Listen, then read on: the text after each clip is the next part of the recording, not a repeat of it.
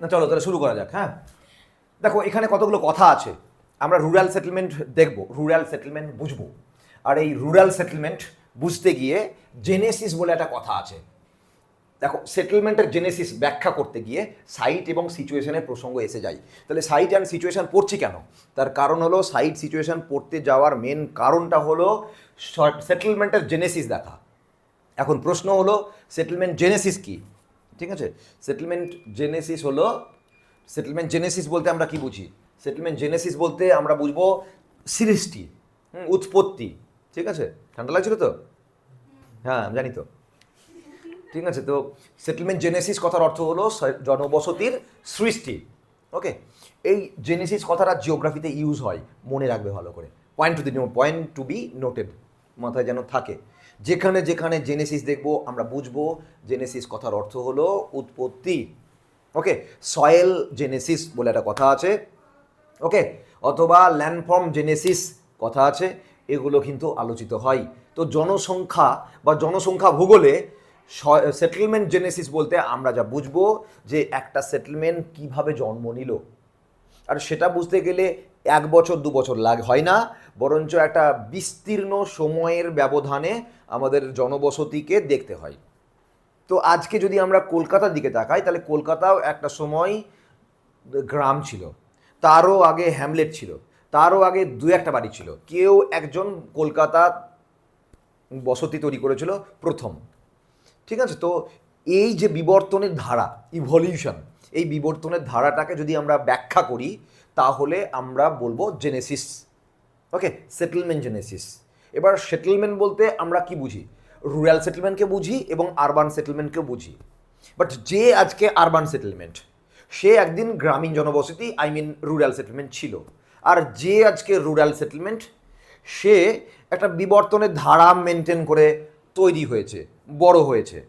একটা বড় গ্রাম, তার আগে ছোট ছিল, তার আগে আরও ছোট ছিল, তারও আগে সেটাকে বলা হয় হ্যামলেট ছিল।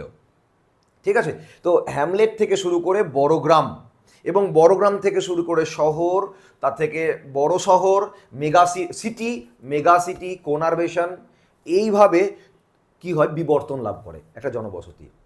ঠিক আছে, তাহলে একটা অধ্যায় আমি দুটো দিক যদি ভাগ করি, তাহলে একদিকে চলে আসবে হ্যামলেট, হ্যাঁ, আর একদিকে আসবে মেগা সিটি বা কোনা। ঠিক আছে, তো তার একদিকে হলো হ্যামলেট আর একদিকে হলো কোনারভেশন বলা হয় বা মেগা সিটি। তাহলে এই যে ধারা, লম্বা ধারা, তার একদিকে আছে কি বললাম, একদিকে আছে হ্যামলেট, হ্যামলেটের পরে ছোট গ্রাম হয়, ছোট গ্রামের পরে বড় গ্রাম হয়, বড় গ্রামের পরে সেই গ্রামটা যখন ফাংশন বেড়ে যায় তখন হয় শহর, ছোট্ট শহর, স্মল টাউন। তারপরে লার্জ টাউন হয়, বিগ টাউন, টাউনের পরে হয় সিটি, সিটির পরে হয় মেগা সিটি, মেগা সিটির পরে হয় মেট্রো সিটি, ইয়েস, তারপরে হয় কোনারভেশন। ওকে, মেগালোপলিস হয়, মেগালোপলিস, লাস্টে যেটা হয় কোনারভেশন, কন্টিনিউয়াস আরবান এরিয়া। ওকে, এইভাবে এই যে লম্বা আমি একটা বিবর্তনের ধারা বললাম, এটাকে স্টাডি করাকে বলা হয় সেটেলমেন্ট জেনেসিস। বোঝাতে পারলাম? এবার এর যে দুটো জায়গা আছে, এর একদিকে একটা জায়গায় বললাম যে শহর, গ্রাম, বড় গ্রাম শহরে পরিণত হলো। যেই শহরে পরিণত হলো, কি করে পরিণত হলো, কি পরীক্ষা দিতে হয় তারপরে বড় গ্রাম শহরে পরিণত হয়? মিউনিসিপ্যালিটি হতে হয়।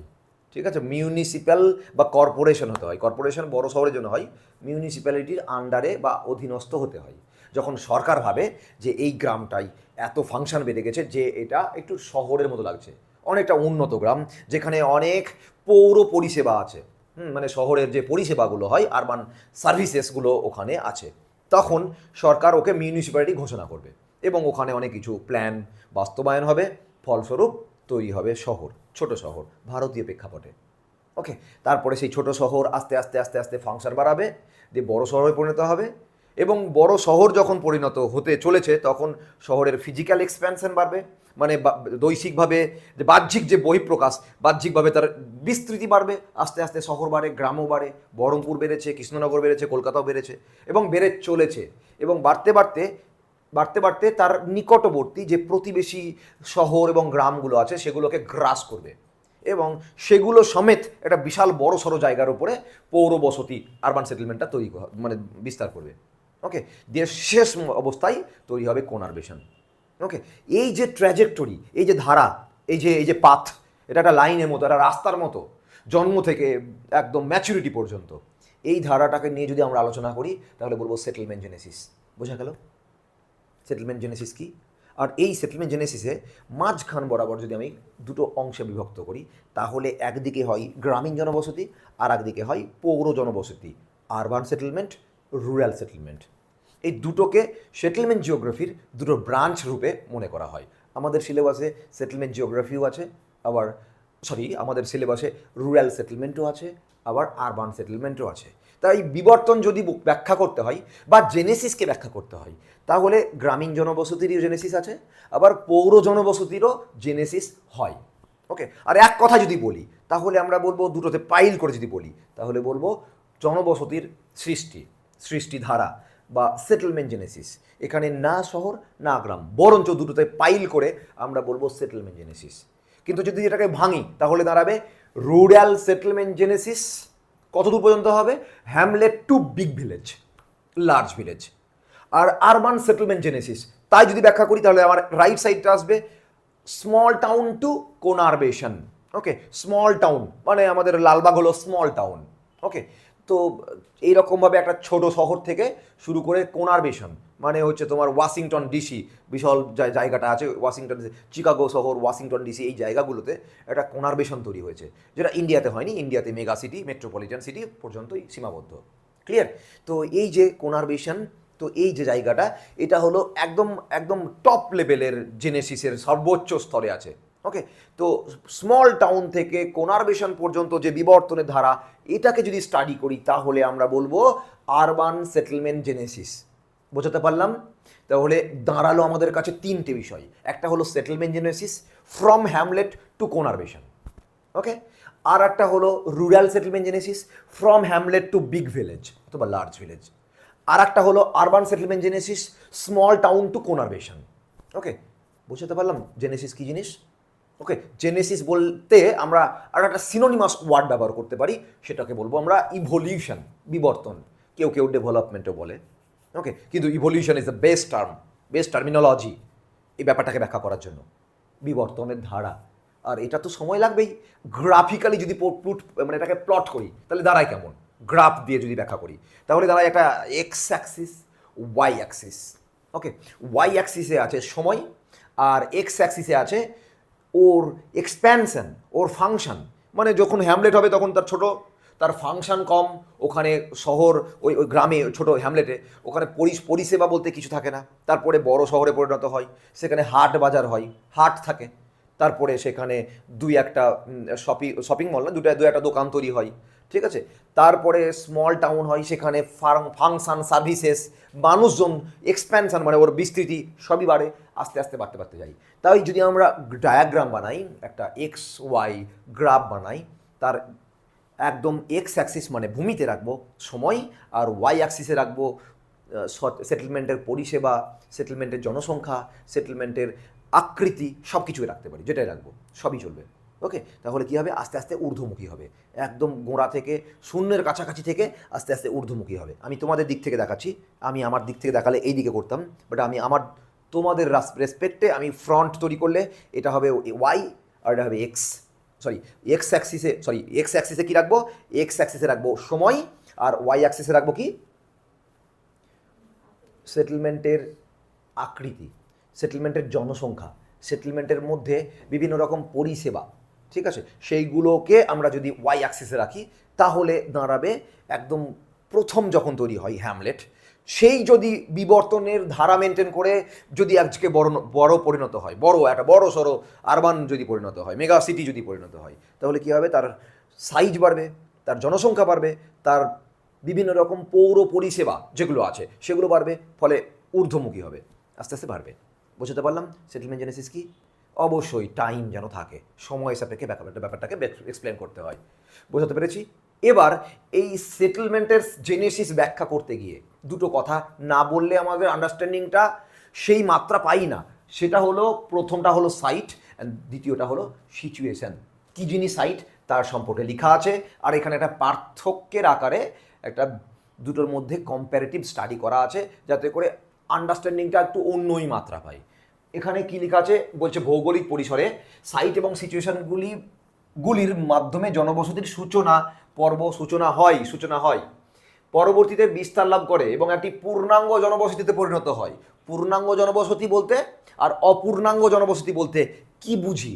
আমি যেটা বললাম তার থেকে দাঁড়াচ্ছে এরকম যে হ্যামলেট হলো একটা অপূর্ণাঙ্গ অপরিণত জনবসতি, যেখানে যেখানে যেখানে বড় শহর, বড় গ্রাম অথবা বড় শহর অথবা কোনারবেশন হলো একটা পরিণত জনবসতি। এটা একটা আপেক্ষিক কথা। কোনারবেশনের কাছে মেগা সিটি হচ্ছে অপরিণত, মেগা সিটির কাছে সিটি হলো অপরিণত, আবার সিটির কাছে টাউন হলো, লার্জ টাউন হলো অপরিণত, আবার লার্জ টাউনের কাছে লালবাগ শহর স্মল টাউনও কিন্তু অপরিণত, আবার স্মল টাউনের কাছে একটা ভিলেজ অপরিণত। তাই এই বিষয়টাই পরিণত বা পূর্ণাঙ্গ জনবসতি বা অপূর্ণাঙ্গ জনবসতি, অপরিণত জনবসতি, ব্যাপারটা আপেক্ষিক, একে অপর সাপেক্ষে। কেউ একটু পূর্ণাঙ্গ তো কেউ কম পূর্ণাঙ্গ। যদি আমি একদম এক্সট্রিম এন্ড কোনারবেশন আর এদিকে এক্সট্রিম এন্ড মানে সব থেকে শেষে আছে কে হ্যামলেট, দুটোর সঙ্গে কম্পেয়ার করি, তাহলে বুঝতে পারবো যে হ্যাঁ এটাকে বলা হয় পূর্ণাঙ্গতা। বুঝাতে পারলাম? আর এই যে বললাম না এতক্ষণ ধরে যেটা বললাম, এই জেনেসিসের দুই প্রান্তে যারা আছে সেইগুলোকে নিয়ে যদি আমরা স্টাডি করি তাহলে দেখব ধীরে ধীরে ধীরে ধীরে এর বিবর্তন হচ্ছে এবং ধীরে ধীরে এর চেঞ্জেস দেখতে পাবো। তাই অ্যাব্রাপ্ট চেঞ্জ দেখা যায় না। অ্যাব্রাপ্ট চেঞ্জ মানে আকস্মিক পরিবর্তন দেখা যায় না। সেটেলমেন্ট হঠাৎ করে গ্রাম একদিকে শহর এরকম হয় না, বরঞ্চ গ্রামের পরে একটু উন্নত গ্রাম থাকে। এই যে ব্যাপারটা বললাম না, জেনেসিস করতে গিয়ে আমি একটা এক্স অ্যাক্সিসে টাইমকে রেখে আমরা যেটা তৈরি করলাম টোটালি ভার্চুয়াল, ওকে, এটাকে বলা হয় তোমার রুরাল আরবান কন্টিনাম। ভালো করে শুনবে, অনস এগেন রিপিট করছি, রুরাল আরবান কন্টিনাম। এই কন্টিনাম শব্দটা তোমাদের কাছে নতুন, মনে রাখবে। কি বললাম? কন্টিনাম, ঠিক আছে? কন্টিনাম কথার অর্থ কি? Continuous urban settlement, continuous settlement type. Continuous মানে ধীরে ধীরে ধীরে বাড়ছে, মাথায় যেন থাকে। এখান থেকে প্রশ্ন হয় হোয়াট ইজ সেটেলমেন্ট কন্টিনাম, আবার এরকম প্রশ্ন দেয় হোয়াট ইজ আরবান কন্টিনাম। ক্লিয়ার? এই যে ধীরে ধীরে বাড়ছে এই ধারাটা, বিবর্তনের ধারাটাকে বলা হয় কন্টিনাম। এই কন্টিনামে আমরা বিভিন্ন একটাকে আর একটা সাপেক্ষে পূর্ণাঙ্গ দেখব, আর একটাকে তার সাপেক্ষে অপূর্ণাঙ্গ দেখব। এবার আমরা পরের লাইনে যাই, সেটেলমেন্টের জন্মলগ্নে মানে জনবসতি যখন জন্ম নিচ্ছিল, সূচনা হচ্ছিল, সেই সময় যে নিয়ন্ত্রকগুলি কার্যকর হয়, যে প্রভাবকগুলো, যে ফ্যাক্টরগুলো সেটেলমেন্টের জন্মলগ্নে ওকে প্রভাবিত করে, তাদেরকে বলবো সাইড ফ্যাক্টর। ওকে, তার মানে সাইড ফ্যাক্টরগুলো যখন সেটেলমেন্টটা জন্ম নিচ্ছিল সেই সময় কাজ করেছে। ওকে, অ্যাট দ্য ইনিশিয়াল স্টেট বা initial stage of the settlement growth, বোঝা গেল? তাদেরকে বলবো সাইড ফ্যাক্টর। আর অন্যদিকে যদি দেখি জনবসতি সৃষ্টির পরবর্তী সময়ে যে নিয়ন্ত্রকগুলি একে বিস্তার লাভ করাতে মানে এর ডেভেলপমেন্ট করাতে কাজ করে, তাদেরকে বলবো সিচুয়েশন ফ্যাক্টর। আরও ভালো করে আমরা এক্সাম্পল দেওয়ার জন্য আমি একটা কথা বলতেই পারি, কৃষ্ণের দুটো মা ছিলেন, তাই না? একজন জন্মদাতা মা আর একজন লালন পালন করছিলেন এরকম মা, তাই না? তো গোকুলে ছিল, তার প্রথম মার নাম কি ছিল জানো? কি ভালো করে চলে বল না। দেবকী। আর পরের মার নাম কি ছিল? যশোদা। তাহলে সিচুয়েশন হলো যশোদা আর সাইট হলো দেবকী। ওকে, তো এইটাও মাথায় রাখতে পারো। ওকে, তাহলে কৃষ্ণের দুটো মায়ের মতো, একজন জন্মদাতা মা, একজন প্রতিপালক মা। ওকে, তো জনবসতির ক্ষেত্রে যদি দেখি তাহলে সাইট হলো দেবকীর মতো আর সিচুয়েশন হলো ইয়ের মতো, কি জানো, যশোদার মতো। বোঝা গেল? তো এখানে আমি আর একটু ভালো করে ব্যাখ্যা করার জন্য দুটোকে পার্থক্য করেছি। পার্থক্যের মধ্যে আমি দেখাই কি কি আছে। ওকে, আগে সাইডগুলো দেখে নেই। হ্যাঁ, আমি ওটাকে সিচুয়েশনটাকে সরিয়ে রাখি। সাইড ফ্যাক্টরের মধ্যে বৈশিষ্ট্য রূপে আমরা যদি ভাবি যে সাইড কাকে বলে, এটা 2 নম্বরের মতো করে লিখে তার ডিটেল করব, তাহলে এক সাইডকে নিলেই হবে। বলছে কোনো জনবসতি গড়ে ওঠার ক্ষেত্রে প্রারম্ভিক পর্যায়ে এই নিয়ন্ত্রণগুলি কাজ করে, যেটা আমি এতক্ষণ ধরে বললাম। এটা আর একবার লেখা আছে কারণ এটা পার্থক্যের মতো দেখানো আছে, পয়েন্ট দেখানো আছে। সাইড ফ্যাক্টরগুলি জনবসতিকে জন্ম দেয়, ইয়েস, জন্ম দেয়। নেক্সট হলো কেবলমাত্র গ্রামীণ জনবসতি এই নিয়ন্ত্রক দ্বারা প্রভাবিত হয়। তার মানে আমি বলতে পারি যে শহরের জন্য সাইড ফ্যাক্টর কাজ করে না। কেবলমাত্র গ্রামীণ জনবসতির জন্য সাইড ফ্যাক্টর কাজ করে, কারণ গ্রামই পরবর্তীকালে শহরে পরিণত হয়। ওকে, একটা কথা এই প্রসঙ্গে আমার মনে পড়ে, আমি গ্রামের ছেলে, ম্যাক্সিমাম তোমরাও গ্রামের ছেলে। শহরে যখন আমি পড়াশোনা করতে এসেছিলাম, পরবর্তীকালে বাড়ি করেছি, ঘর ভাড়া থেকেছি, একটা অনেক জায়গায় অনেক বাড়ির মালিকের কাছে এবং কিছু কিছু মানুষের কাছে একটা কথা শুনেছি, গেঁয়ো public. Okay, don't say such kind of the statement বা ন্যারেশন, এরকম কখনো মুখ মুখ দিয়ে উচ্চারণ করবে না। আজকে যে গ্রাম সে একদিন শহর হবে, আর আজকে যে শহর সে একদিন গ্রাম ছিল। ওকে, এরকম গেঁয়ো পাবলিক বলবে না। তার মানে তুমি তোমার মাথার উপরে যদি থুতু ফেলে দাও তোমার মাথাতেই পড়বে, তার মানে তুমি তোমার অরিজিনকে তুমি কিন্তু ইগনোর করছো। এরকম আছে কিছু অধত্ত অহংকারী কিছু কথা, গেঁয়ো পাবলিক। তার যেদিন যেদিন তুমি বলবে সেদিন জানবে তুমি তোমার অরিজিনকে, তোমার মা বাপকে তুমি কিন্তু ইনসাল্ট করছো। ক্লিয়ার? তাই যে আজকে শহর সে একদিন গ্রাম ছিল, আর যে আজকে শহরে আছে সেও একদিন গ্রামে ছিল। সেও মাইগ্রেটেড হয়ে এসছে, সে তার বাবা এসেছিল অথবা তার ঠাকুরদা এসেছিল, কিন্তু সে তার 10 পুরুষ ধরে সে শহরে ছিল না। আর যদি 10 পুরুষ ধরে, উদাহরণের সাপেক্ষে আমি ধরেই নিলাম তার 10 পুরুষ শহরেই ছিল, তাহলে 10 পুরুষ আগে শহরটা গ্রাম ছিল। বোঝাতে পারলাম? তাহলে দাঁড়ালে এরকম মাইগ্রেটেড হয়ে আসলে সে 2 বছর আগে এসছে, 10 বছর আগে এসছে, সে এসছে অথবা তার বাবা এসছে অথবা তার দাদু এসছে, ঠাকুরদা এসছে। আর সে যদি নাও আসে তাহলে তার 10 পুরুষ আগেও ওটা গ্রাম ছিল। তাহলে এরকম কোনো কথা বলা যায় না, ওগুলো বলা উচিত নয়। যদি কেউ বলে তাহলে জানবা তার মানসিক বিকাশ হয়নি, অথবা সে মানসিক বিকৃত একটা মানে মানুষ। ক্লিয়ার? তাই এই কথা যেন মাথায় থাকে, গেঁয়ো পাবলিক বলবে না। ওকে, নিজের অরিজিনকে ইয়ে করা মানে ইগনোর করা অথবা অবজ্ঞা করা, নিজের বাবা মাকে অনেক সময় কেউ অবজ্ঞা করে, তো সেরকমই ব্যাপার। ওকে, তাই শহরের যদি বলা হয় প্যারেন্ট কি, জাইগোট কি, মানে ভ্রূণ কি, গ্রাম। তাই আমার এখানে বলা আছে গ্রামীণ জনবসতি একমাত্র, হ্যাঁ, এই নিয়ন্ত্রক দ্বারা প্রভাবিত হয় গ্রামীণ জনবসতি, আরবান হয় না। ঠিক আছে, নেক্সট দেখবো আর কি আছে। বলছে একটি বিস্তীর্ণ ভৌগোলিক ক্ষেত্রের কোনো অনুকূল অবস্থাকে কেন্দ্র করে সেই স্থানের মানুষকে আকৃষ্ট করে, তাই একে সেন্ট্রিপিটাল ফোর্স বলা হয়। ওকে, সেন্ট্রিপিটাল ফোর্স কোথায় শুনেছিলে? কেন্দ্রমুখী বল, কেন্দ্রমুখী বল ছবিতে দেখানো আছে, সেটাই কেন্দ্রমুখী বল। এখানে অ্যারো দিয়ে দেখানো আছে, পদার্থবিজ্ঞানে পড়েছিলে। সেন্ট্রিফিউগাল এবং সেন্ট্রিপিটাল দুই রকম ফোর্স কোনো ঘূর্ণয়নমান বস্তুর মধ্যে কাজ করে। ওকে, পৃথিবী রোটেট করছে, এখানে দুটো ফোর্স কাজ করে, একটা সেন্ট্রিপিটাল, একটা সেন্ট্রিফিউগাল। বাংলায় হলো কেন্দ্রমুখী, কেন্দ্র বহির্মুখী। বাট এখানে কোথায়, এখানে কিভাবে সেন্ট্রিপিটাল ফোর্স? দেখো একটা জিনিস বলে রাখি এই প্রসঙ্গে, একটু মোটিভেশনাল কথা বলে রাখি। জিওগ্রাফি পড়ার একটা আদব কায়দা আছে, পাওয়ার অফ রাইটিং আছে। ভূগোল লিখার পাওয়ার অফ রাইটিং একরকম, কেউ যদি বলে বেঙ্গলি সাবজেক্ট নিয়ে মেজর করেছি, তার রাইটিং পাওয়ারটা একটু অন্যরকম হওয়া উচিত। একজন ইংলিশের স্টুডেন্ট, তার রাইটিং স্কিল, রাইটিং পাওয়ারটা একটু অন্যরকম হবে। জিওগ্রাফির writing skill, even power of writing, একটা ক্ষমতা থাকে। ওকে, সেটা তার যদি মেরুদণ্ড তৈরি করা যায় বা সেটাকে যদি এক্সপ্লেন করা হয়, তাহলে বলবো যে সায়েন্সটা একটু ভালো বুঝে সে জিওগ্রাফিটা একটু ভালো লিখতে পারবে আর 5 জনের থেকে। কিভাবে? তো এবার যদি বলি যে সেন্ট্রিফিউগাল ফোর্স কোথায় পড়েছি, ফিজিক্সে পড়েছি, বাট এখানে কোথায়? রিজেম্বলিং, এই প্রসঙ্গে একটা কথা বলে রাখি, শুনে রাখো, টার্ম রিজেম্বলিং বাংলায় হচ্ছে সাদৃশ্য তৈরি করা। যদি কেউ ফিজিক্যাল সায়েন্সের সঙ্গে যদি সোশ্যাল সায়েন্সকে রিজেম্বলিং করতে পারে, তার মতো করে এক্সপ্লেন আর কেউ করতে পারবে না। তো জিওগ্রাফিতে রিজেম্বলিং করা, বাট রিজেম্বলিংটা কার সঙ্গে কার হবে? উপমা করা বা কম্পেয়ার করা কার সঙ্গে কার হয়? ফিজিক্যাল সায়েন্স, তার মধ্যে কী কী পড়ে? তার মধ্যে বটানি পড়ে, তার মধ্যে কেমিস্ট্রি পড়ে, তার মধ্যে ফিজিক্স পড়ে। ফিজিক্যাল সায়েন্সেস, ওকে, সায়েন্স নয়, it's should be plural. Physical sciences, তার যে লগুলো আছে তার মধ্যে সেন্ট্রিপিটাল ফোর্স একটা, কখনো গ্র্যাভিটেশনাল ফোর্স।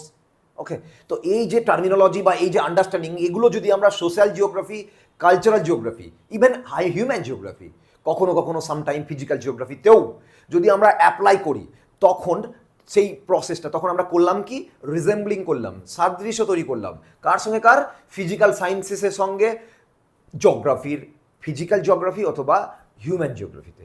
আর তুমি যদি করতে পারো তাহলে তোমার রাইটিংয়ের দখলই আলাদা হবে। তুমি রাইটিং করতে পারবে ভালো, তোমার মানে লেখাটার যে কোয়ালিটি হবে সেটা আর 5 জনের থেকে আলাদা হবে। এখানে তাই করা আছে। ওকে, কোটেশন উইদিন কোট আমি যেটা বললাম, this is motivation, this is the criteria to for the geographers power of writing, geographical power of writing. ভূগোল লিখতে গেলে এই ক্ষমতাটা একজন স্টুডেন্টের থাকা দরকার আছে, মাথায় যেন থাকে। ঠিক আছে, বেশ, চলে আসি যেখানে ছিলাম সেখানে। সেন্টিপিটাল ফোর্স, সেন্টিপিটাল ফোর্সের সঙ্গে তুলনা করা হলো কেন? ওকে, দেখো, একটি বিস্তীর্ণ ভৌগোলিক ক্ষেত্র, মনে করা যায় একটা বিস্তীর্ণ ভৌগোলিক ক্ষেত্র, গোটা বোর্ডটা আমার ভৌগোলিক ক্ষেত্র, তার মধ্যে থেকে আমি এই জায়গাটাকে নিয়েছি বটে, বেশ, কিন্তু গোটা বোর্ডটাই মনে করা যাক ভৌগোলিক ক্ষেত্র, তার মধ্যে থেকে আমি একটা বাউন্ডারি দিয়েছি, একটা বৃত্তাকার তৈরি করেছি, বৃত্তাকার ক্ষেত্র তৈরি করেছি, এইটা হলো আমার আরও নির্দিষ্ট করা ভৌগোলিক ক্ষেত্র। এই ভৌগোলিক ক্ষেত্রের মধ্যে এই জায়গায় এমন কিছু আছে যার জন্য মানুষ আকর্ষিত হয়। কিভাবে? চুম্বকের মতো আকর্ষিত হয়। এটাও কিন্তু আমি রিজেম্বলিং করলাম, এতে বোঝাটা ভালো যায়। একটা বাচ্চা চুম্বক নিয়ে ছোটোবেলায় খেলেছে, চুম্বক পদার্থবিজ্ঞানে পড়েছে, দেন আমি এটাকে অ্যাপ্লাই করলাম, that is also রিজেম্বলিং technique in the analysis of geographical understanding. তো এইটা চুম্বকের মতো আকর্ষণ করছে। তাই মনে করা যাক এখানে এমন একটা পুকুর আছে যে পুকুরে দারুণ মাছ হয়, আর সেই মাছের সুবিধার্থের জন্য কিছু মানুষ, কিছু মৎস্য চাষি যারা এই পুকুরের চারিদিকে বাস করছে, তাহলে মাছ চাষের সুবিধাটা, মাছ আকর্ষণ করে না, মাছ চাষের সুবিধাটা ওই অঞ্চলে মানুষকে আকর্ষণ করেছে, লাইক এ ম্যাগনেটিক ফোর্স। ওকে, বা পদার্থবিজ্ঞানের কেন্দ্রমুখী বলের মতো। আর তার জন্য আমি সেন্টিপিটাল ফোর্সের সঙ্গে এটাকে কম্পেয়ার করছি। বোঝাতে পারলাম? তাই বিস্তীর্ণ ভৌগোলিক ক্ষেত্রে মনে করা যাক এখানে একটা মানুষ ছিল, বিভিন্ন জায়গায় বিক্ষিপ্তভাবে মানুষ ছড়িয়ে ছিটিয়ে ছিল, একা দাঁড়িয়ে ছিল না, বাড়ি ছিল। মনে করা যায় একটা বাড়ি, তাতে দুটো মানুষ ছিল, এখানে একটা বাড়ি, এখানে একটা বাড়ি, তারা র্যান্ডমলি বাড়ি তৈরি করেছিল। পরে শুনলো লোকমুখে যে এখানে একটা সুন্দর পুকুর আছে, যে পুকুরে প্রচুর মাছ উৎপাদন হতে পারে, ইভেন এই জল, পুকুরের জল চাষ করার জন্য কাজে লাগতে পারে। এই সুযোগ বা এই সুবিধাটা যখনই মানুষ শুনবে তখন ওই অঞ্চলকে পরিত্যাগ করে এখানে আসবে। আর সেই সময় সেই ব্যাপারটাকে যদি আমরা ব্যাখ্যা করি, তাহলে পদার্থবিজ্ঞানের সেন্টিপিটালের সঙ্গে আমরা রিজেম্বলিং করতে পারি, কম্পেয়ার করতে পারি। তাই এইভাবে আমরা ব্যাখ্যা যদি করি, আন্ডারস্ট্যান্ডিংটা মানে এই বোঝাটা আর একটু অন্য মাত্রা পাই। বোঝাতে পারলাম? বোঝাতে পারলাম কাকে বলে রিজেম্বলিং? আর ভূগোল পড়তে গেলে কি করতে হবে, মাথায় যেন থাকে। বেশ, এই জন্য বলা হয় এটা মানুষকে আকৃষ্ট করে, তাই একে সেন্টিপিটাল ফোর্সের সঙ্গে তুলনা করা যেতে পারে। করা যেতে পারে তো? ওকে, বোঝাতে পারলাম? তাহলে আলাদা, একটু আলাদা পাচ্ছে, আর একটু আলাদা। আর এটাই হলো কারণ যার জন্য আমরা জিওগ্রাফিকে কখনো কখনো আমরা বলি সায়েন্স। ওকে, নেক্সট, এরকম অনেক জায়গা ইন ফিউচার দেখতে পাবো যেখানে দেখবো যে ওরকম যে কথাগুলো বললাম ওরকম রিজেম্বলিং করছে। নেক্সট দেখো, বলছে বেশিরভাগ প্রাকৃতিক বিষয়সমূহ সাইড ফ্যাক্টর হিসেবে কাজ করলেও কিছু কিছু সাংস্কৃতিক নিয়ন্ত্রক, যেমন রাস্তার মিলনস্থল, সাইড ফ্যাক্টর হিসেবে কাজ করতে পারে, কাজ করে কখনো কখনো। মানে যদি যদি দেখি তাহলে একটা এখানে কথা আমার মিসিং আছে, আমি এখানে আমার মনে হয় না নাই, মনে হয় না আছে, মনে হয় না নাই নয়, মনে হয় না আছে।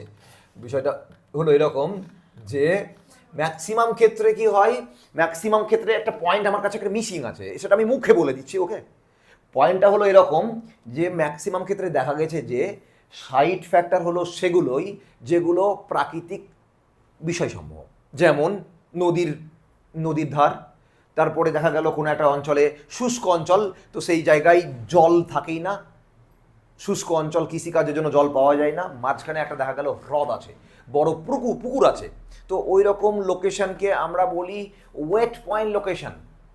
বুঝতে পারলাম? Weight point, clear? আবার কখনো কখনো দেখা যায় চারিদিকে বন্যা কবলিত অঞ্চল, যেখানে প্রত্যেক বছর বা বছর দুবার করে বন্যা হয়, তার মধ্যে একটু উঁচু জায়গা, একটু টোপোগ্রাফিক্যালি জায়গাটা আর সারাউন্ডিংয়ের থেকে একটু উঁচু জায়গাটাকে আমরা বলতেই পারি যে এটা হলো উঁচু জায়গা। আর মানুষ উঁচু জায়গায় বসতি নির্মাণ করার জন্য, গৃহ নির্মাণ করার জন্য আদর্শ ভাববেই, তো সেই জায়গায় যদি বসতি নির্মাণ করে তাহলে আমরা বলবো ড্রাই পয়েন্ট লোকেশন। ওকে, ড্রাই পয়েন্ট, কিন্তু শুনে মনে হবে ড্রাই পয়েন্ট মানে একটা শুষ্ক শুষ্ক ব্যাপার, মানে চারিদিকে জল থাকেই না। ব্যাপারটা এরকম, ড্রাই পয়েন্ট সেখানেই তৈরি হয় যেখানে জল বেশি, আর ওয়েট পয়েন্ট সেখানেই তৈরি হয় যেখানে শুষ্কতা বেশি। মাথায় যেন থাকে, পয়েন্ট শুড বি নোটেড। ওকে, তাহলে ড্রাই পয়েন্ট লোকেশন মানে কি? এমন একটা জায়গা যে জায়গাটা, যে বিস্তীর্ণ ভৌগোলিক ক্ষেত্রটা বন্যা কবলিত হয় প্রতি বছর বা বছর দুবার তিনবার করে, তো সেইখানে বসতি নির্মাণ করা খুব কঠিন, কষ্টসাধ্য। মানুষ এই জন্য ওই অঞ্চলের মধ্যে একটু উঁচু জায়গা, slightly elevated land, slightly elevated place খুঁজে, যেমন করে নদীর ন্যাচারাল লেভি, অথবা একটু উঁচু জায়গা দেখা গেল ওখানের মধ্যে একটু টিবি জাতীয় অথবা মোনাডনকের মতো কিছু থাকলে, তো সেখানে মানুষ বসতি নির্মাণ করে। সেই জায়গাকে, সেই লোকেশনকে সারাউন্ডিংয়ের সাপেক্ষে আমরা বলবো ড্রাই পয়েন্ট। বোঝা গেল ড্রাই পয়েন্ট কি? ড্রাই পয়েন্ট কেন? ওই জায়গায় জল পৌঁছায় না, চারিদিকে যখন জলে থই থই করে তখন ওই জায়গাটা পৌঁছায় না, তাই ওই জায়গাটার নাম হলো ড্রাই পয়েন্ট। তাহলে কোথায় দেখা যায় ড্রাই পয়েন্ট? সেই জায়গায় দেখা যায় যেখানে জল বেশি। আবার সেম সেম সেম ফিনোমিনা একটু উল্টো, সেটা কি? Wait point. ওকে, যেখানে জলের কোনো নাম নিশান নাই, সেই রকম জায়গায় কখনো কখনো কি হয়, হঠাৎ করে একটা দেখা গেল যে মরুভূমির মধ্যে একটা ছোট্ট হ্রদ আছে, হ্যাঁ, সল্টি ওয়াটার বাট হ্রদ আছে, তো সেই হ্রদকে কেন্দ্র করে, অথবা একটা শুষ্ক অঞ্চল, অথবা semi arid reason, semi arid মানে মরুপ্রায় অঞ্চল, তার মধ্যে একটা বড় পুকুর আছে, সেই পুকুর বা হ্রদকে আশ্রয় করে, কেন্দ্র করে মানুষ জনবসতি নির্মাণ করে। তার জন্য আমরা ওই রকম লোকেশনকে আমরা বলি weight point location. Should be মাথায় যেন ঢুকে থাকে বিষয়টা, হ্যাঁ। তাহলে ওয়েট পয়েন্ট সেখানে দেখা যায় যেখানে শুষ্কতা থাকে, শুষ্কতা বিরাজমান হয়, বিস্তীর্ণ ভৌগোলিক ক্ষেত্রে শুষ্কতা বিরাজমান থাকে। আর ড্রাই পয়েন্ট সেখানেই হয় যেখানে চারিদিকে জলে থই থই করে। ক্লিয়ার? এই ড্রাই দেখে শুষ্ক ভাববে না, আবার ওয়েট দেখে ভেজা ভাববে না। ক্লিয়ার? উল্টো কনসেপ্টটা। তো বেশিরভাগ ক্ষেত্রে দেখা গেছে যে ফিজিক্যাল ফ্যাক্টরগুলোই ড্রাই পয়েন্টের মতো এবং ওয়েট পয়েন্টের মতো ফিজিক্যাল ফ্যাক্টরগুলোই সাইট রূপে কাজ করে, জন্ম দেওয়ার জন্য সাইট রূপে, একটা সেটেলমেন্ট জন্ম দেওয়ার জন্য সাইট ফ্যাক্টর রূপে কাজ করে। ওকে, তবে তবে ব্যতিক্রমী আছে কিছু কিছু, সব জায়গাতেই ব্যতিক্রমী আছে, কিন্তু ব্যতিক্রমী কখনো উদাহরণ হয় না।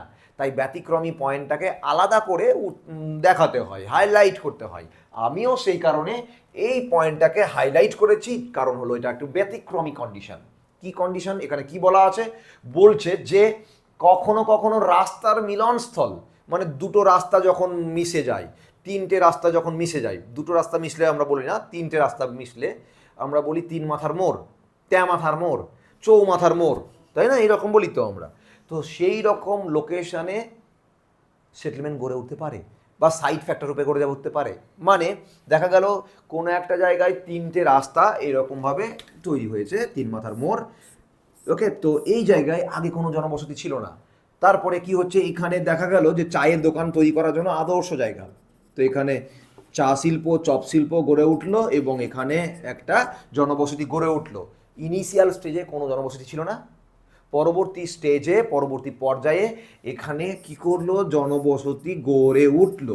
অন্যান্য গ্রাম থেকে মানুষ দেখলো যে এখানে সুযোগ সুবিধা আছে, এখানে সুযোগ সুবিধা আছে, তাই সেন্ট্রিপিটাল ফোর্সের মতো, কেন্দ্রমুখী বলের মতো এখানে মানুষ ছুটে আসলো এবং এখানে বসতি স্থাপন করলো। তাই যেহেতু জন্মলগ্নে কাজ করছে, তাই এটাকে সাইড ফ্যাক্টর বলবো। কিন্তু এটা কোনো প্রাকৃতিক কারণ নয়, এটা কি কারণ? এটা সাংস্কৃতিক কারণ। রোড, বিল্ডিং, স্কুল, কলেজ, এগুলোকে বলা হয় কালচারাল ফ্যাক্টর, কালচারাল উপাদান। Okay, road, building, school, college, park etcetera সমস্ত কিছুকে বলা হয় সাংস্কৃতিক উপাদান। ওকে, তো যেহেতু মানুষ তৈরি করেছে, যেটা যেটা মানুষ তৈরি করবে সেটাই হবে সাংস্কৃতিক, সাংস্কৃতিক ভূদৃশ্য তৈরি হবে এবং সাংস্কৃতিক উপাদান তৈরি হবে। তাই দুটো বা তিনটে রাস্তার সঙ্গমস্থল হলো একটা সাংস্কৃতিক উপাদান। কিন্তু যদি এখানে একটা নদী থাকতো, এই নদীতে আর একটা নদী এসে যদি মিলতো, তাহলে আমরা বলতাম যে দুটো নদীর সঙ্গমস্থল, কনফ্লুয়েন্স বলা হয় ইংলিশে, নদীর সঙ্গমস্থল। এটা মানুষ করেনি, তাহলে এখানে কিছু সুবিধা থাকতে পারে, যেমন অলকানন্দা, অলকানন্দা আছে না, তারপরে তোমার ওই যে পঞ্চপ্রয়াগ, ঠিক আছে, কর্ণপ্রয়াগ, বিষ্ণুপ্রয়াগ, প্রত্যেকটা প্রয়াগ হলো নদীর সঙ্গমস্থল। ভাগীরথী নদীর সঙ্গে কোথাও কোথাও বিভিন্ন নদীগুলো এসে মিলিত হয়ে ওখানে কনফ্লুয়েন্স তৈরি করেছে, আর প্রত্যেকটা কনফ্লুয়েন্স মানে নদীর সঙ্গমস্থল, প্রত্যেকটা কনফ্লুয়েন্স বা নদী সঙ্গমস্থল একটা করে জনবসতিকে রিপ্রেজেন্ট করছে। সেখানে একটা করে পীঠস্থান বা দর্শনীয় স্থান তৈরি হয়েছে, মানুষ বসতি স্থাপন করেছে, ট্যুরিজম ইন্ডাস্ট্রি গড়ে উঠেছে, মানুষ দেখতে যায়, ওখানে ঘুরতে যায়। তো এইভাবে জনবসতিগুলো প্রত্যেকটা নদীর সঙ্গমস্থলে গড়ে উঠতে দেখা যায়। এই রকম কাণ্ড কারখানা যদি হয় তখন আমরা বলবো সাইড ফ্যাক্টর, কারণ তার আগে জনবসতি ছিল না, পরে জনবসতি হলো। জনবসতির সূচনা লগ্নে কাজ করছে এই ফ্যাক্টরটা, প্রাকৃতিক ফ্যাক্টরটা, তাই একে সাইড ফ্যাক্টর বলতে পারি, বললে কোনো দোষ নাই। আর এই যে নদীর সঙ্গমস্থল মানুষের তৈরি নয়, উপরবালার তৈরি, নেচার ক্রিয়েটেড, তাই প্রাকৃতিক। ওকে, এই কারণে দেখা যায় ম্যাক্সিমাম ক্ষেত্রে প্রাকৃতিক নিয়ন্ত্রকগুলো সাইড ফ্যাক্টর রূপে কাজ করে। একমাত্র ব্যতিক্রমী হলো রাস্তার সঙ্গমস্থল, রাস্তার মোড়, 3 মাথার মোড়, 4 মাথার মোড়, 5 মাথার মোড়, যে যে জায়গাগুলোতে। তবে এটা বলে রাখা দরকার, রাস্তার মোড়ে যদি আগে থেকে যদি বাড়ি থাকতো তাহলে এটা সাইড ফ্যাক্টর হতো না। মনে করা যাক এখানে অনেকগুলো একটা গ্রাম আছে, তারপরে এখান থেকে রাস্তা তৈরি করা হলো, এই নয় যে রাস্তাটা প্রথমে করা হলো, বরঞ্চ এরকম যে গ্রাম ছিল, দিয়ে গ্রামের পাশ দিয়ে রাস্তা গেল, রাস্তাটা তৈরি করা হলো, দেখা গেল national highway authority of India NHAI তারা নির্মাণ করেছে রাস্তা, গ্রাম ছিল আগে, রাস্তা নির্মাণ হয়েছে, তারপরে স্টেট হাইওয়ে ওর সঙ্গে মিলিত হয়েছে, তারপরে গ্রামটা আরও বিকশিত হয়েছে, তখন আমরা সাইড ফ্যাক্টর বলবো না, সেক্ষেত্রে সিচুয়েশন ফ্যাক্টর বলবো। ওকে, ওই কারণটা একই, এক্ষেত্রেও রাস্তার সঙ্গমস্থল, রাস্তার মিলনস্থল, কিন্তু তখন হয়ে যাবে সিচুয়েশন ফ্যাক্টর। কিন্তু কিছু কন্ডিশনে রাস্তা নির্মাণ করা হলো, রাস্তা ছিলই না, তারপরে আর একটা রাস্তা এখানে মিশিয়ে দেওয়া হলো, সেটাও ছিল না। রাস্তাও ছিল না বলে জনবসতিও ছিল না, ফাঁকা মাঠ ছিল, রাস্তা হলো, রাস্তা হওয়ার পরে প্রথমে চায়ের দোকান, তারপরে 2টো দোকান থেকে 10টা দোকান হলো, তারপরে দোকানওয়ালারা নিজেদের দোকানের সুরক্ষার জন্য বাড়ি তৈরি করে ফেললো, তারপরে আস্তে আস্তে আস্তে আস্তে একটা গ্রাম বসলো, এখানে গ্রাম সৃষ্টি হলো। আর এই রকমভাবে যদি বিবর্তন লাভ করে তখন এই রাস্তার সঙ্গমস্থলটাকে আমরা বলতেই পারি যে এটা সাইড ফ্যাক্টর। কিন্তু কি ফ্যাক্টরটা কি প্রাকৃতিক না, সাংস্কৃতিক। তাহলে সাংস্কৃতিক ফ্যাক্টর রূপে, কালচারাল ফ্যাক্টর রূপে বা সাংস্কৃতিক উপাদান রূপে রাস্তার সঙ্গমস্থল কখনো কখনো সাইটও হতে পারে, কিন্তু কখনো কখনো সিচুয়েশন হতে পারে। কিন্তু প্রাকৃতিক কারণ যত আছে কখনো সিচুয়েশন হয় না, সাইট হয়। বোঝাতে পারলাম ব্যাপারটা?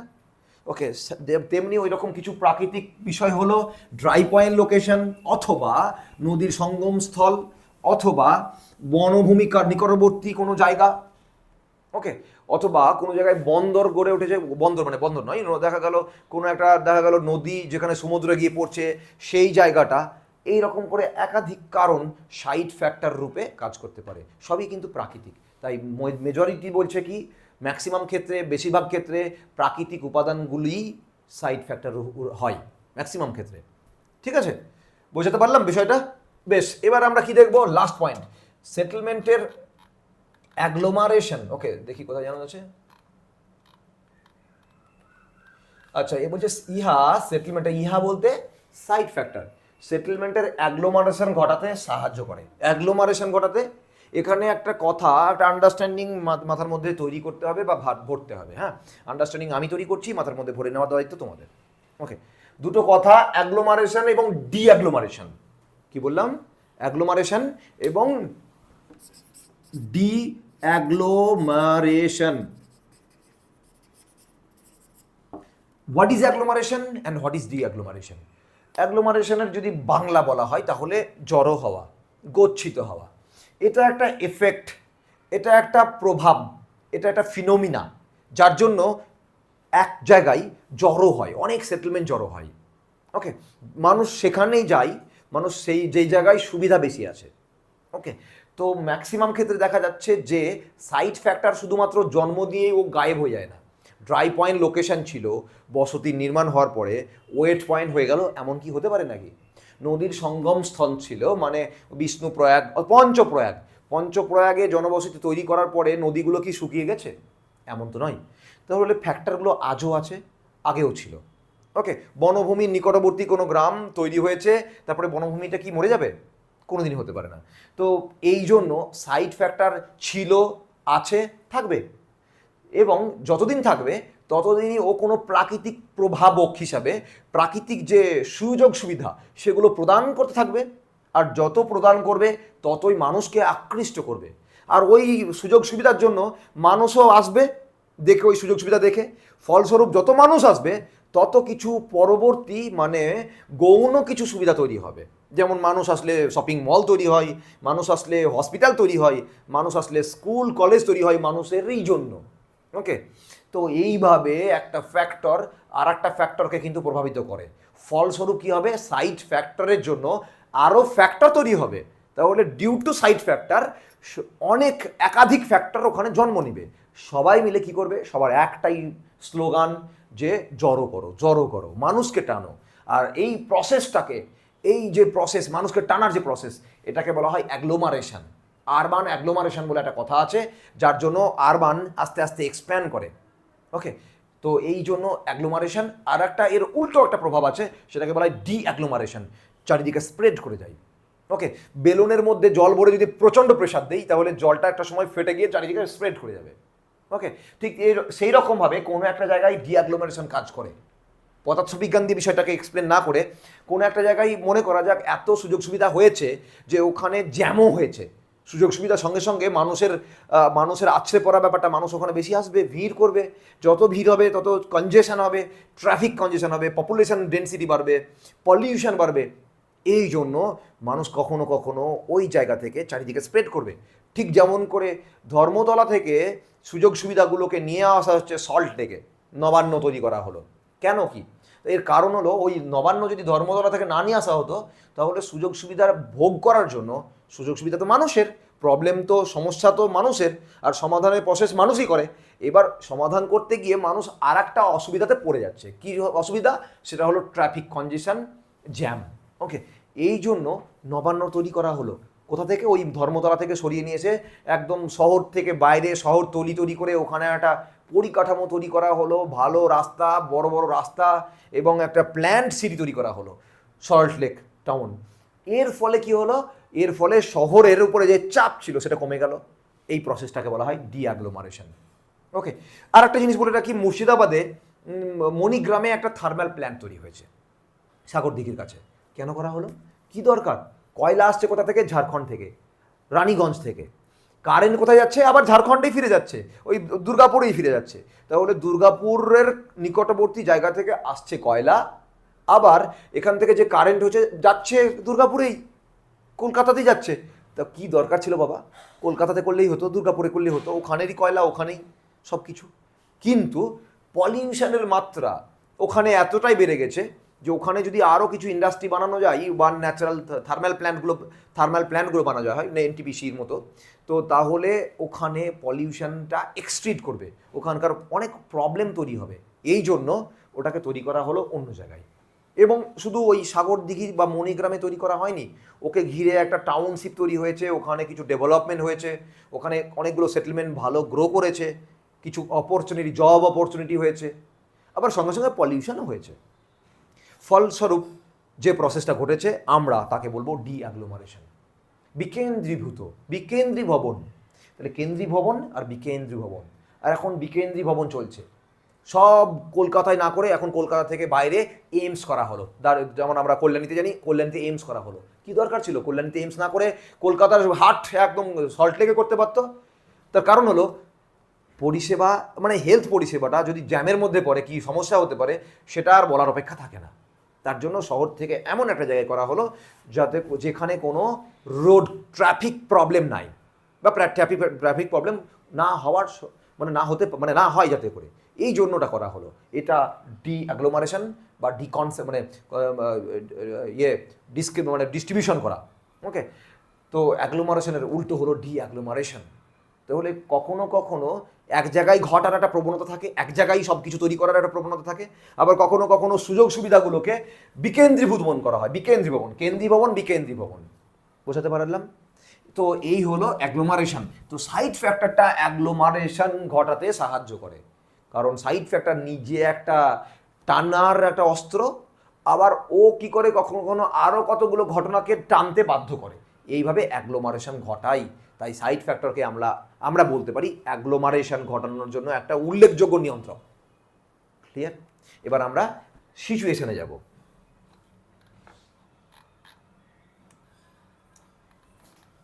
প্রথম থেকে শুরু করি। বলছে সিচুয়েশন ফ্যাক্টরগুলি হলো, বলছে এই নিয়ন্ত্রকগুলি জনবসতি গড়ে ওঠার পরবর্তী পর্যায়ে কার্যকর হয়, যখন জন্ম হয় তখন নয়। এটা সেই কৃষ্ণের দ্বিতীয় মা, কি যেন বললাম নাম, যশোদার মতো, ঠিক আছে, যশোদার মতো। এর রোল বা এর কার্যকলাপ জন্ম দেওয়ার পরে, প্রথমে নয়। তো এই জন্যই বলা হচ্ছে যে জনবসতি গড়ে ওঠার পরবর্তী পর্যায়ে তৈরি হয় বা কাজ করে। সিচুয়েশনগুলি জনবসতিকে বিস্তার ঘটিয়ে পূর্ণাঙ্গতা প্রদান করে। ওকে, কৃষ্ণকে খাইয়ে দাইয়ে লালন পালন করে হেলদি একদম কলির কেষ্ট বানানোর মেন দায়িত্ব যশোদারই ছিল। তাই বলা হচ্ছে যে জনবসতিগুলোকে পূর্ণাঙ্গতা প্রদান করে সিচুয়েশনাল ফ্যাক্টর। ওকে, বোঝাতে পারলাম? নেক্সট যাই। অন্যদিকে সিচুয়েশন একটি গ্রামীণ জনসংখ্যাকে হ্যামলেট থেকে বৃহৎ গ্রামে পরিণত করে, যেটা প্রথমেই বলছিলাম, হ্যামলেট থেকে, নট হেলমেট, হ্যামলেট। হ্যাঁ, ওই ছোট্ট গ্রাম, 2-4টে বাড়ি নিয়ে যে গ্রামগুলো হয় তাদেরকে বলা হয় হ্যামলেট। ওকে, ছোট গ্রাম, একদম অতি সূক্ষ্ম, 4-5টা বাড়ি দিয়ে কখনো গ্রাম হয়? ইয়েস হয়, কে বললে হয় না, হ্যামলেট হয়।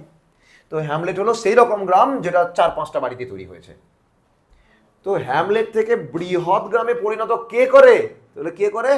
আমাদের সিচুয়েশনই করে। ওকে, আর কে করে? এইভাবে ছোট শহরকে বৃহৎ নগরে পরিণতও কিন্তু সিচুয়েশনই করে। বুঝতে পারলাম? এই দিকটা হলো গ্রামের গল্প, আর এই দিকটা হলো শহরের গল্প। ক্লিয়ার? হ্যামলেট টু বড় শহর আমি অলরেডি প্রথমেই বলেছিলাম। আর এটা হলো ছোট শহর থেকে বৃহৎ নগর, এটাও একটা জেনেসিস। এটা হলো রুরাল সেটেলমেন্ট জেনেসিস, এটা হলো আরবান সেটেলমেন্ট জেনেসিস। ক্লিয়ার? এই কাণ্ডটা করাইকে সেটেলমেন্টের সিচুয়েশন ফ্যাক্টর। সিচুয়েশন ফ্যাক্টরের কারণে যখন জনবসতি কেন্দ্রমুখী হয় তার ফলে সেখানে, সাইট ফ্যাক্টরের কারণে যখন জনবসতি কেন্দ্রমুখী হয় তখন তার ফলে সেখানে স্থানাভাব দেখা যায়। এটা একটু গন্ডগোল আছে, এটা সাইট হবে। হ্যাঁ, এটা হবে সাইট ফ্যাক্টরের কারণে যখন জনবসতি কেন্দ্রমুখী হয়, মানে ওই আগের ফ্যাক্টর যার জন্য মানুষ এখানে গিয়ে জড়ো করে, তখন কি হয়? তখন তার ফলে সেখানে স্থানাভাব। What is স্থানাভাব? স্থানাভাব মানে স্থানের অভাব। মানে সবাই যদি ভাবে বহরমপুরে আসবে বা আরবান এলাকায় আসবো ভাবে, যেমন আমারও ইচ্ছা ছিল বহরমপুরে যাব এবং স্কোয়ার ফিল্ডের পাশে বাড়ি করব, ইচ্ছা ছিল। ইচ্ছা কি হবে সম্পূর্ণ? ওখানে মানে আমার ফ্যামিলির কিডনি বিক্রি করলে ওখানে আমি জায়গা কিনতে পারবো না। ওকে, তাহলে কি করতে হবে? তাই বহরমপুর থেকে সাইডে এসে গ্রামের মতন জায়গায় আমি বাস করছি। ইচ্ছা ছিল স্কোয়ার ফিল্ডের মাঝখানে বাড়ি করার। ওকে, তো এইরকম করে, এটা আমার ইচ্ছা নয়, এরকম করে যারা শহরমুখী যায় সেই রকম মাইগ্রেটেড যারা আসে তাদের সবারই ইচ্ছা, কিন্তু জায়গা কোথায় ভাই? এই জন্য আমরা বলবো স্থানাভাব দেখা যায়। আর এই স্থানাভাবের কারণে মানুষ তখন কি করে? আসে এটার লক্ষ্যে, এই লক্ষ্যে আসে দিয়ে চারিদিকে স্প্রেড করে যায়। দিয়ে কী করে? শহর কেন্দ্র থেকে শহরতলির দিকে যায়। প্রভাবটা কেমনভাবে কাজ করছে? পদার্থবিজ্ঞানের যদি সেই রুলটা দিয়ে যদি কম্পেয়ার করি, কোন রুলটা? সেই রুলটা কোনটা? এটাকে বলা হয় সেন্ট্রিফিউগাল ফোর্স। যে কোনো ঘূর্ণয়নবার বস্তু বা যে কোনো জিনিস যদি ঘুরে তাহলে তার মধ্যে একটা শক্তি তৈরি হয়। একটাকে বলা হয় সেন্ট্রিপিটাল মানে কেন্দ্রমুখী, আর একটা হচ্ছে কেন্দ্র বহির্মুখী। এটা যেন সেই কেন্দ্র বহির্মুখী বলের মতো, এটাও একটা রিজেম্বলিং। ক্লিয়ার? ওকে, তাহলে এটা কি করে? তখন জনবসতি পার্শ্ববর্তী স্থানে স্থানান্তরিত হতে বাধ্য করে বা বাধ্য হয়। এই প্রক্রিয়াটি সেন্ট্রিফিউগাল ফোর্সের ন্যায় কাজ করে। বোঝাতে পারলাম? পদার্থবিজ্ঞানের সেন্ট্রিফিউগাল ফোর্সের ন্যায় কাজ করে। এখানে জিওগ্রাফি বোঝাতে আমি কিন্তু পদার্থবিজ্ঞানের সঙ্গে কম্পেয়ার করলাম, আর এটা ভূগোলের রাইটিংটাকে, জিওগ্রাফির লিখনিটাকে একটু আলাদা মাত্রায় এনে দেয়। ক্লিয়ার? নেক্সট, ছবিটা বোঝা গেল, ছবিটার সঙ্গে কিন্তু খুব গুরুত্বপূর্ণ, তাই ছবি আঁকতেই হবে। এই ছবিটা আঁকলে একটু অন্যরকম ফিলিংস আসবে। ওকে, এক্সামিনারের মনে, হ্যাঁ, তোদের মনে নয়। সমস্ত অপ্রাকৃতিক বিষয়সমূহ, যত অপ্রাকৃতিক বিষয়সমূহ আছে, মানে হচ্ছে কালচারাল, অপ্রাকৃতিক বলতে কালচারাল, সাংস্কৃতিক বিষয়সমূহ, সবই হলো সিচুয়েশনাল ফ্যাক্টর। ঠিক একই রকমভাবে যত ফিজিক্যাল ফিনোমিনা আছে, সবই প্রাকৃতিক বিষয়সমূহ আছে, যত সবই হলো সাইড ফ্যাক্টর যদি কম্পেয়ার করি। ওকে, যদিও আমরা কম্পেয়ারই আসে, কিন্তু আমি একদিক থেকে বোঝালাম, একদিক করে বোঝাচ্ছি আমি। হ্যাঁ, তো তাই বলা আছে যত কালচারাল ফিনোমিনা বা সাংস্কৃতিক বিষয়সমূহ বাংলায় অপ্রাকৃতিক সবই হলো সিচুয়েশনাল ফ্যাক্টর। অন্যদিকে সেটেলমেন্টের ডিঅ্যাগ্লোমারেশন, একটু আগেই বললাম অ্যাগ্লোমারেশন কি জিনিস, এবার আমরা বুঝবো ডিঅ্যাগ্লোমারেশন বলতে কি বোঝায়। তো ডিঅ্যাগ্লোমারেশন ঘটাতে সাহায্য করে। ডিঅ্যাগ্লোমারেশন মানে চারিদিকে স্প্রেড করে দেয়। ডিসেন্ট্রালাইজেশন, ডিঅ্যাগ্লোমারেশন অ্যান্ড ডিসেন্ট্রালাইজেশন সেম বিষয়। ক্লিয়ার? ডিঅ্যাগ্লোমারেশন বলতে যার মাধ্যমে, যে প্রক্রিয়ার মাধ্যমে শহর থেকে যে কোনো জিনিস শহরতলির দিকে গড়ে ওঠে। ওকে, দেখবে ইয়ামাহা, তারপরে কিয়া, তারপরে মাহিন্দ্রা, সুজুকি, যত শোরুম আছে শহর কেন্দ্রে একটাও নাই, সব শহর থেকে বাইরের দিকে। আর যেখানে ওই শোরুমগুলো আছে দেখবে ওর চারিদিকে 2-4টে বাড়ি তৈরি করে ফেলেছে। ওকে, তো যাদের জায়গা বেশি লাগে যে সমস্ত ইন্ডাস্ট্রিতে, সেগুলো বাইরে আছে। এইরকমভাবে কিন্তু ডিঅ্যাগ্লোমারেশন ঘটছে। ওকে, ডিসেন্ট্রালাইজেশন ঘটছে। তো যেটা বললাম এতক্ষণ ধরে, ক্লিয়ার? তাহলে ডিঅ্যাগ্লোমারেশনের মতো কাজ করে কে? Situation factor. ডিঅ্যাগ্লোমারেশন এবং অ্যাগ্লোমারেশন সেটেলমেন্ট বুঝতে গেলে, আন্ডারস্ট্যান্ডিং লেভেলটাকে ঠিক মতো জায়গায় নিয়ে যেতে গেলে এই দুটো আমাদের লাগবে। দেখব পরবর্তীকালে এরকম অনেক জায়গা আছে যেখানে লেখা থাকবে যে হোয়াট ইজ আরবান অ্যাগ্লোমারেশন। দেখবে মাথা যেন থাকে, এটা প্রশ্ন আসতে পারে, হোয়াট ইজ আরবান অ্যাগ্লোমারেশন, আর ওখান থেকে আমি তুলেছি ডিঅ্যাগ্লোমারেশন। ওকে, হোয়াট ইজ আরবান ডিঅ্যাগ্লোমারেশন, এটাও আসে। আবার এটাও আসে যে হোয়াট ইজ আরবান অ্যাগ্লোমারেশন। ক্লিয়ার? তো সাইট অ্যাগ্লোমারেশন ঘটায়, সিচুয়েশন ডিঅ্যাগ্লোমারেশন ঘটায়। Understanding clear? নেক্সট, এবার আমাদের কিছু দেখতে হবে যে এদের মধ্যে কে কে উপাদান আছে। হ্যাঁ, সিচুয়েশনের কিছু উপাদান আছে, সাইটের কিছু উপাদান আছে। এটা আমার নোটে থাকবে, তাও আমি একবার দেখাচ্ছি, ছবিতে দেখাচ্ছি, রাইটিং বলছি না, রাইটিং দেখিয়ে লাভ নাই, রাইটিংয়ের থেকে মুখে বলবো। ঠিক আছে? কীরকম? হ্যাঁ, এই যে দেখো এখানে সাইড ফ্যাক্টর কি, এটা প্রাকৃতিক, অবশ্যই প্রাকৃতিক। সাইড ফ্যাক্টর, উত্তর গোলার্ধে দক্ষিণ ঢাল উষ্ণ হয়, আর উষ্ণ মানুষ তো একটু উষ্ণতাই খুঁজে, তাই না? তো ঠিক একই কারণে উত্তর গোলার্ধে দক্ষিণ ঢাল আর দক্ষিণ গোলার্ধে উত্তর ঢাল একটু উষ্ণ, এই কারণে এখানে জনবসতি বেশি দেখা যায়, এখানে গাছগাছালি বেশি হয়, এখানে বৃষ্টি বেশি হয়, এখানে তোমার তাপমাত্রা মানে এমন একটা থাকে যেটা মানুষের বসবাসের উপযোগী। এই দিকটা ঠান্ডা ঠান্ডা হয়, এই ঠান্ডা হয় বলে এখানে উদ্ভিদের জন্ম বেশি হয় না, এখানে উদ্ভিদের গ্রোথ বেশি হয় না, এদিকে উদ্ভিদের গ্রোথ বেশি হয় না, কিন্তু এই দিকটাই বেশি হয়। এই কারণে এই দক্ষিণ ঢাল, উত্তর গোলার্ধে পাহাড়ের দক্ষিণ ঢাল আর দক্ষিণ গোলার্ধে পাহাড়ের উত্তর ঢাল সাইড ফ্যাক্টর রূপে কাজ করে, মাথায় থাকবে। ওকে, নেক্সট, ঠিক একই রকমভাবে পাহাড়ের বা দুটো ঢাল আছে, একটা হলো প্রতিবাদ ঢাল, একটা অনুবাদ ঢাল। যে দিক দিয়ে বাতাস গিয়ে ধাক্কা মারে এদিকে প্রচুর বৃষ্টি হয়, ছোটবেলা থেকে পড়েছো। আর এই দিকটাতে বৃষ্টি হয় না, এটাকে বলা হয় বৃষ্টির ছায় অঞ্চল, তাই না? তো এই দিকটা কিন্তু সাইড ফ্যাক্টর হিসেবে কাজ করে না। ক্লিয়ার? এই দিকটা কিন্তু সাইড ফ্যাক্টর মানে জনবসতি নির্মাণের জন্য বা গড়ে ওঠার জন্য এই ঢাল বেশি উপযোগী দেন ওই ঢাল।